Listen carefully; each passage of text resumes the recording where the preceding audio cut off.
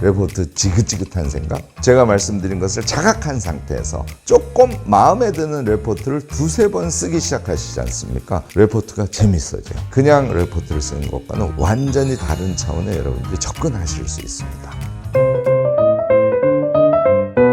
DBPR 대학원생 여러분들 안녕하세요. 저는 지도교수 김익환이라고 합니다. 이렇게 뵙게 돼서 너무너무 반갑습니다.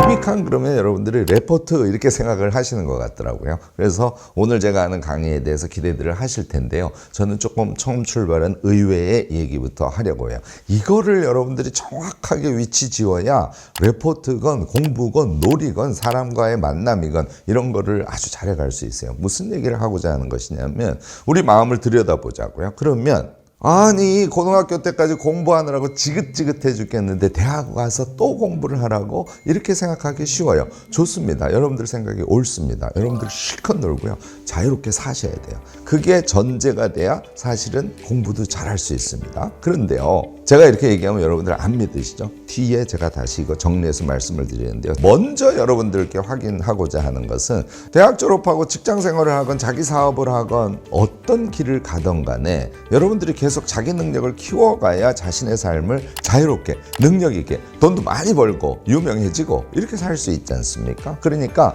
놀고 싶은 욕망하고 자기를 성장시키고자 하는 욕망이 동시에 여러분들 다 갖고 계세요. 이게 이제 충돌하는 거지 않습니까? 이것을 충돌시키지 않는 방법부터 여러분들이 잘 생각을 해주시기를 저는 권합니다. 회사에 갔다고 가정을 해봅시다. 회사에 가면 우리에게 뭐가 맡겨질까요? 일이 맡겨지면 계획을 잘 세울 줄 알아야 되죠. 세운 계획을 하나하나 실행을 유능하게 해가는 사람, 그런 사람이 회사에서 높이 평가받고 승진도 하고 연봉도 많이 받고 그럴 거 아닙니까? 얘하고 여러분들 레포트하고 관련이 있을 것 같아요? 없을 것 같아요? 엄청 있죠. 제가 이런 얘기부터 확인시켜 드리고 싶은 거예요. 내가 전공하는 게 있어. 이 전공하는 걸 살려서 내가 사회생활을 할 거야. 내 인생을 풀어갈 거야. 그러면 전공의 기초 지식은 그냥 공부의 대상이 아니라 나의 실력의 원천이에요.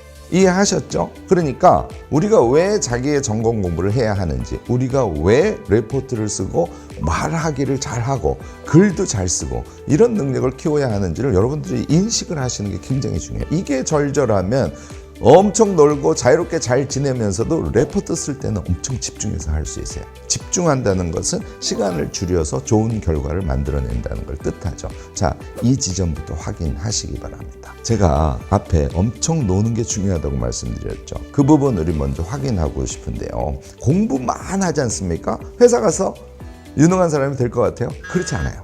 이거는요.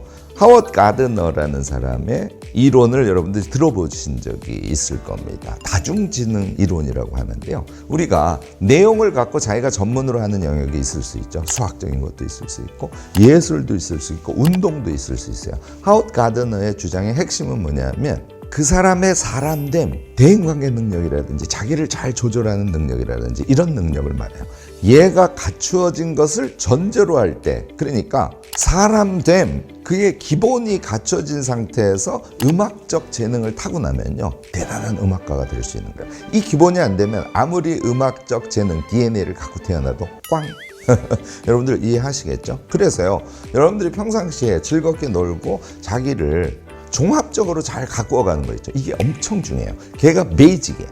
걔가 기본이 돼서 글을 잘 쓰는 사람이면 나중에 보고서 같은 거 잘 쓰게 될 거고요. 그게 기본이 돼서 자기 전공 내용을 잘 알고 있으면 전문적인 지식을 활용해서 일을 잘하는 사람이 될 수 있는 겁니다. 그런데 놀 때 말이죠. 예술적 향취와 관련된 놀이. 너무 어려운 용어를 썼나요?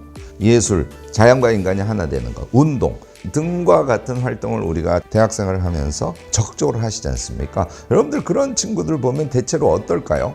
일단 밝죠. 그래서 대인관계를 잘 끌어가는 그런 친구들을 아마 많이 보셨을 겁니다. 우리 모두 좀 그렇게 되자고요. 제가 한 가지만 뼈 있는 말씀 드립니다. 술만 먹고 게임만 하는 것, 요건 안 돼요.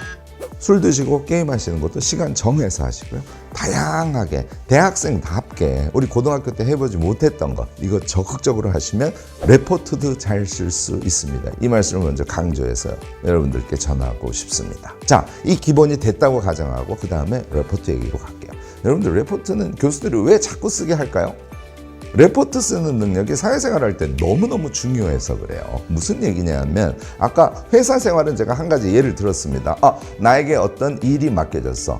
계획을 상세하게 세우는 거. 요거 레포트 계획 세우는 거랑 똑같아요. 요번엔 내가 작가가 됐어요.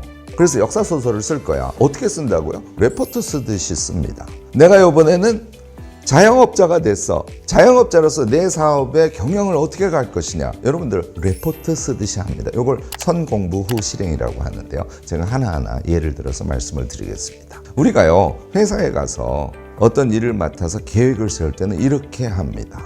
그 업무의 목적이 무엇이지? 얘를 명확하게 해요. 왜냐하면 목적을 정확하게 알아야 삑사리를 안 낼 수 있거든요. 그 다음에 뭘 하냐면 내가 생각할 때 이게 정말 개성적이고 요게 들어가면 이 결과에 대해서 사람들이 깜짝 놀랄까 이런 포인트 같은 거. 이거 경영학 영역에서 CSF라고 그래요. Critical Success Factor. 그러니까 핵심 성공률. 내가 그 일을 할 때 어디에 중점을 두면 그 일을 성공적으로 할 수 있을지 이런 거를 설정을 해요. 그 다음에 무슨 일을 어떻게 할지를 이걸 프로세스라고 그러죠. 과정이죠. 1단계에서는 요거하고 요거하고 요거하고 요걸 끝내면 나는 이런 결과를 만들어낼 거야 라고 계획을 세우지 않습니까?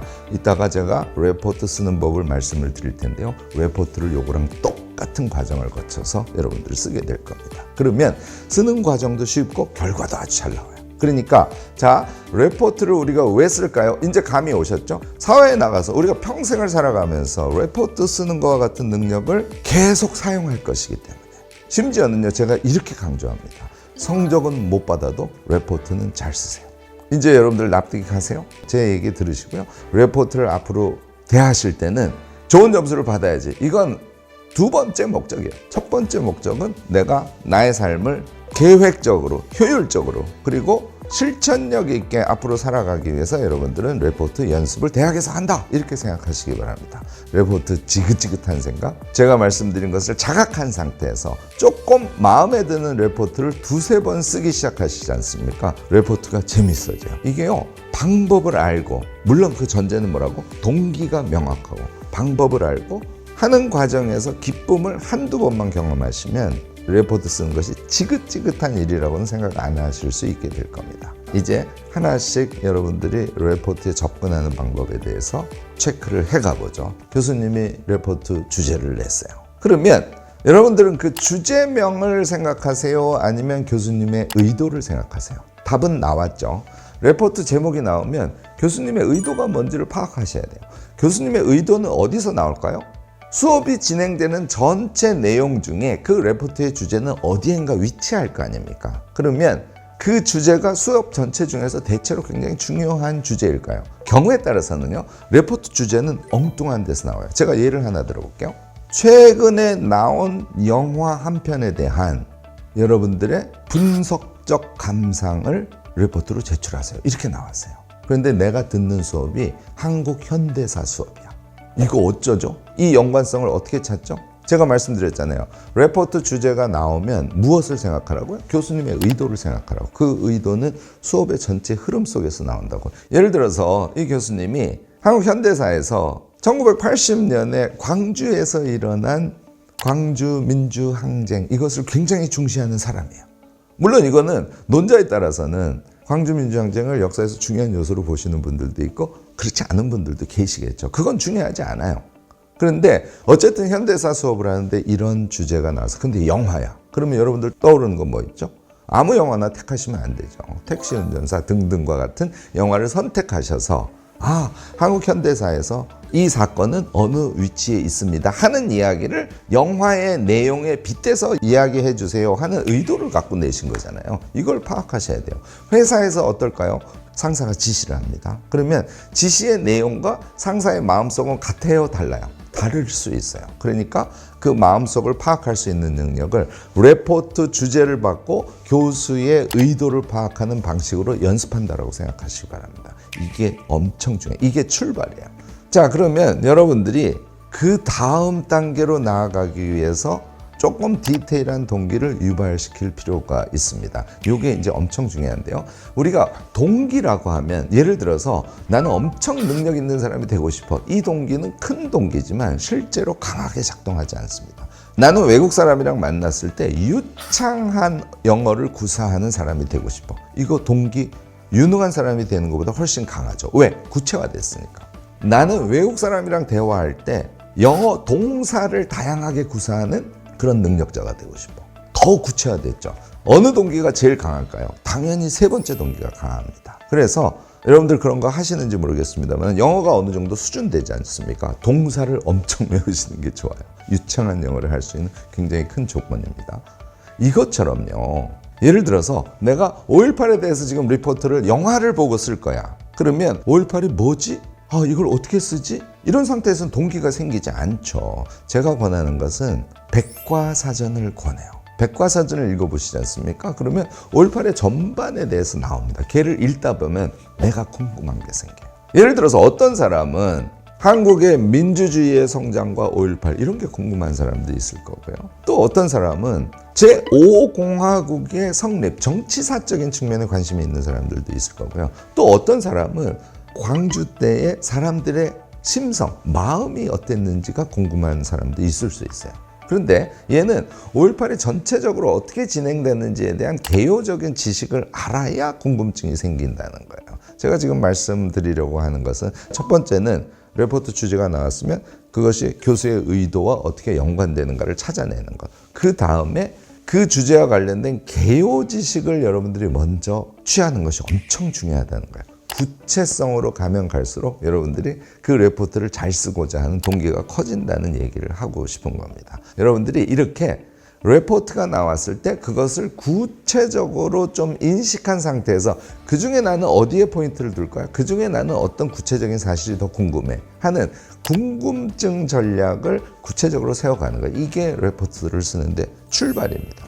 여러분들 여기에 도달하시면 나도 뭔가 의미 있는 레포트를 만들어서 이제 원래 동기로 돌아갑니다. 레포트를 잘 만들어서 이 경험을 반복해서 내가 나중에 사회에 나가서 무엇인가 프로젝트를 할 때 또는 무엇인가 계획서를 세울 때 정말 멋지고 유능하게 할 수 있는 사람으로 성장할 수 있을 것 같아요. 여기에 이르르셔야 일단 레포트를 잘 쓸 수 있습니다.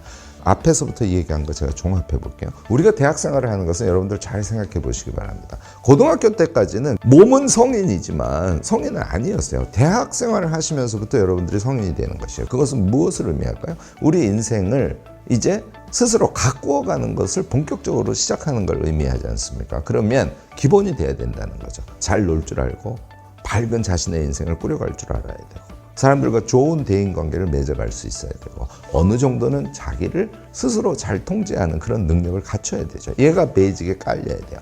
그 이외에 대학에서 하는 여러 행위들, 레포트는 뭐라고요? 계획을 세우고 뭔가 프로젝트를 진행하고 또 나중에 자신이 이루어낸 성취를 무언가 결과물, 대체로 글이에요. 이런 것들로 표현하는 이 능력을 키워가는 게 레포트 영역이고요. 자신이 전공으로 하는 건 뭐라고요? 그 영역에서 자신의 내적인 실력, 그러니까 전공 능력을 키워서 그것을 나중에 사회에 나가서 실제로 일을 할 때 써먹기 위해서 하는 거지 않습니까? 공부는 이제 지긋지긋한 것이 아니라 자기 인생을 풀어가는데 가장 직결되는 아주 중요한 능력의 기반이다. 이 생각 잊지 마시고요. 그래서 레포트는 나에게 큰 의미가 있어. 큰 동기는 이제 발견을 하셨습니다. 레포트를 쓸 때는 어떻게 한다고요?